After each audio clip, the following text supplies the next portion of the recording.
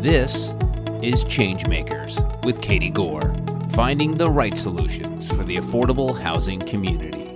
This week's ChangeMaker is Manuela Silva, the CEO of the Community Housing Opportunities Corporation. Manny is a well-known force in the affordable housing industry. Prior to joining Community Housing Opportunities, she was responsible for developing the Fruitvale-BART Transit Village that transformed the Oakland area into a vibrant, livable community for surrounding residents. Manny, welcome to the podcast. Thank you, Katie. It's my pleasure. Before we get started talking about the strides that you've made while working in California with affordable housing, let's just hear a little bit about yourself. How did you get started in this field? You know, we have those defining moments in our lives. I used to be a consultant and was working with a nonprofit organization in Oakland, and I met a young girl, 15 years old, just in high school, had just done a word processing class through Catholic Charities, and she came to do a 100-hour internship with a nonprofit group. And I met her, and she was bright. In a lot of ways, reminded me of myself. And so I started talking to her about what she wanted to do when she grew up.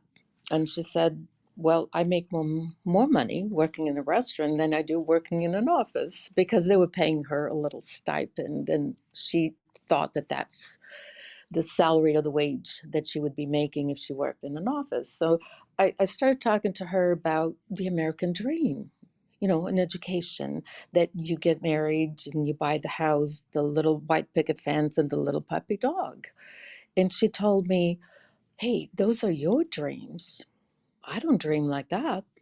And it was like, huh? We all have the same dreams. That's why America is the land of opportunity. This is why we come here. This is why we want to participate in the American dream. But her dream was much simpler. When I asked her what her dreams were, her dream was to sleep in her own bed, to not have to share her bed with 3 other siblings, because her family had come to here as undocumented immigrants, and they lived in a 1-bedroom apartment. And she wanted, the weight of everyday living was so heavy that it didn't afford them the chance to even have a dream beyond where they were going to sleep that night and how they were going to make it through the day.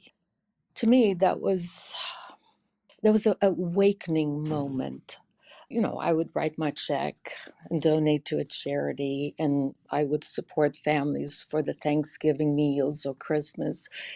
But I had never personally experienced that. That touched me in a way that I just couldn't walk away from it. It became my mission in life, that every encounter that we have, we don't know how we're going to react or to impact somebody's life. But that moment impacted my life as it did hers. You know, we fast forward 20 years later, and this young lady is a homeowner. She got married. She did buy the home. She has 3 children. They're all in private Catholic school. They're going to college. And so they will have opportunities that her mother didn't. By virtue of her birth, she wasn't able to achieve that. But meeting me helped her do that. And so it's generational change. It's breaking that cycle of poverty and helping build a future for future generations. And that's how I got hooked into doing what I do. We impact people's lives daily. If it's one family at a time, it's one family at a time. If it's one building at a time, it's one building at a time. But over the decades, we touch thousands of families, and we create significant change. You know, you've mentioned something that several of us have heard, that when people are fighting so hard for survival, they're unable to actually fulfill their dreams. And that's what is so amazing about affordable housing, is it can be the stabilizer that connects them to the next level, or provides the core living that they need, or just provides momentum in their life for that particular point of time. So I get what you're saying, and I think many of our listeners will as well, because several people who work in this industry have gotten started either by becoming aware of the needs of people for affordable housing or having the lack of affordable housing themselves. And so it's a real unique industry about how each of us have come to this field. So, talk about the thousands of people that you mentioned that you're impacting every day.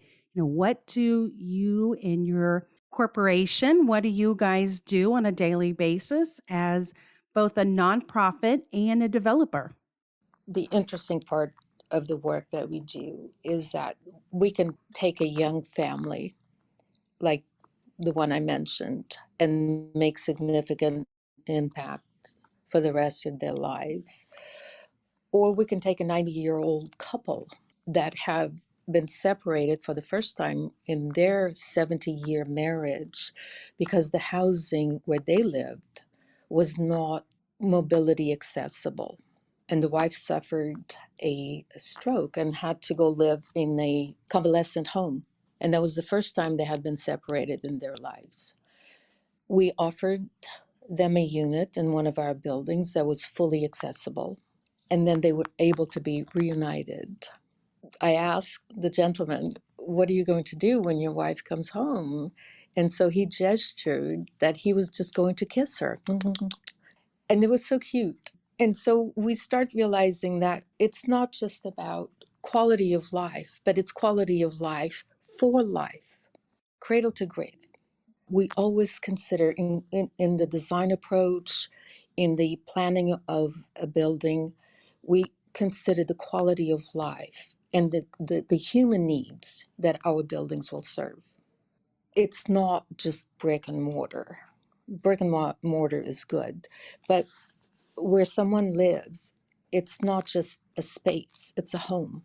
What you said about renting experiences that contribute to the quality of life, that really hit me because that really is the core mission of what we're doing. We're trying to improve those experiences for everybody who is in whatever kind of affordable housing development they're in. And that was very profound. So I'm getting a glimpse of your vision here, and you and your team are working to create more affordable housing units in places that sometimes don't even have them or are not associated developments in places like Coachella and Palm Springs even.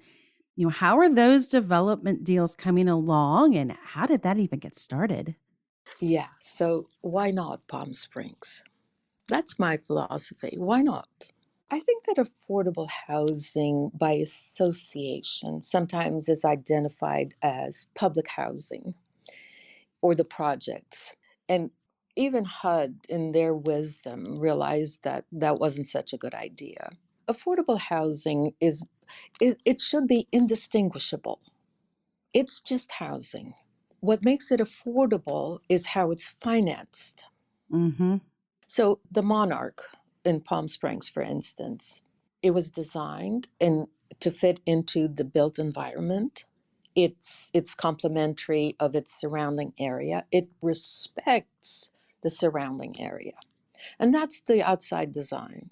It's also designed to encourage family life, get togethers, a water splash park. The park is designed like a butterfly. The name itself is representative of the migration of the monarch butterfly that goes through Palm Springs. And the neighborhoods, actually, one of the neighborhood associations is the one that brought that up.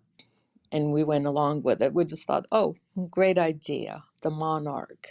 The affordability of the units has to do with how it's financed. This development, it's about a $30 million development, 60 units of housing. But only $5.2 million of that 30 million is serviceable debt. The rest of it are grants and subordinate debts and tax credits. If you were renting a unit similar to this in Palm Springs that didn't have the equity, the public investment in the deal, your rent would be $3,500, $4,000 a month. You can rent this unit at the Monarch for an average of $1,000 per month. And that's what makes it affordable. The way it's financed, not the way it's built, it shouldn't have anything to do with where it's located or what it looks like. So you're able to then offer a real affordable rent for people in the area, which is a provision of affordable housing, but you're also probably impacting a lot of employed people in the area who, reducing their commutes and, saving on all of those other impacts in their life, correct? Correct. It's not a joke, but the underlying message in the industry is that you drive until you can afford.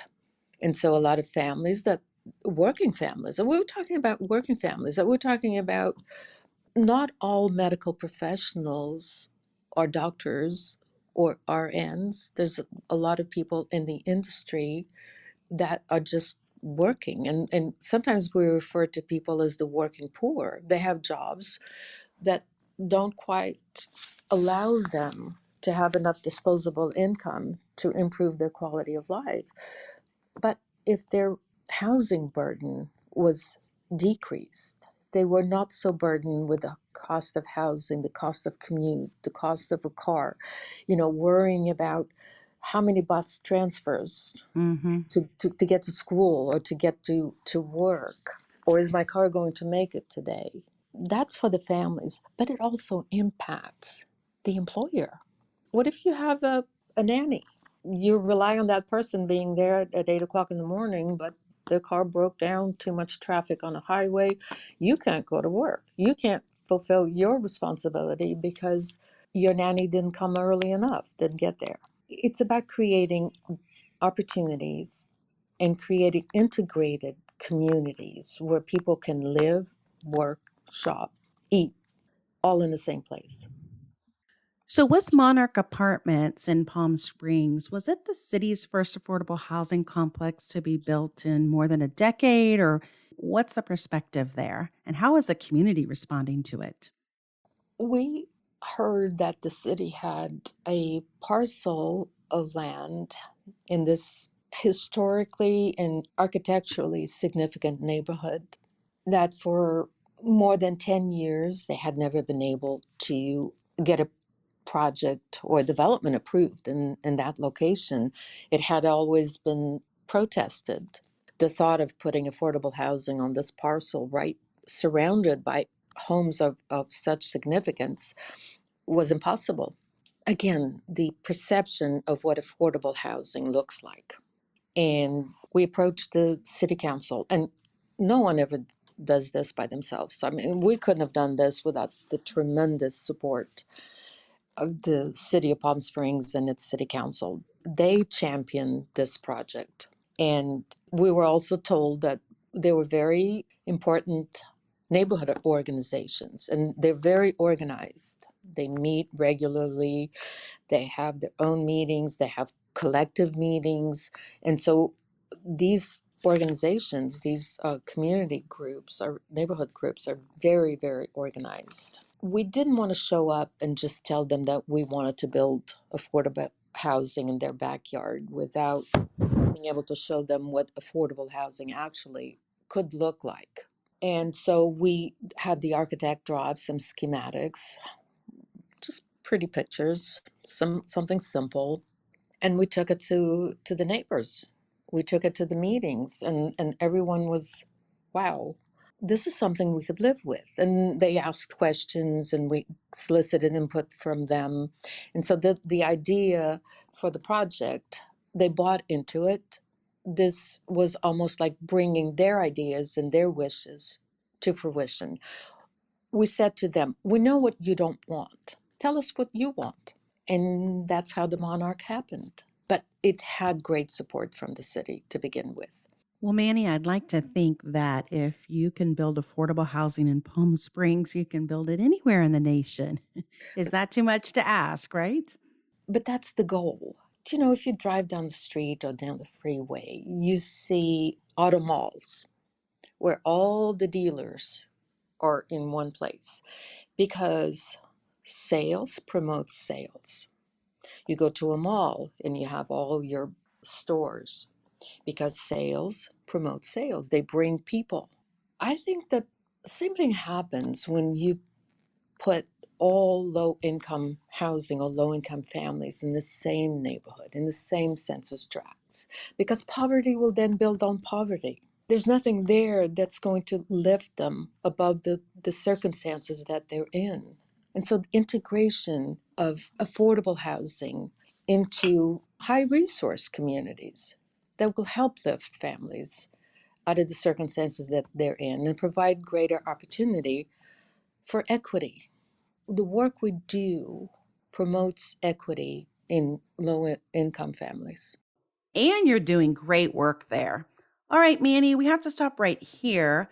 But coming up in the second part of my conversation with Manny Silva, the CEO of the Community Housing Opportunities Corporation, Manny talks about how she's inspired and built her team. When I hire someone, I tell them, look, I'm giving you a blank canvas.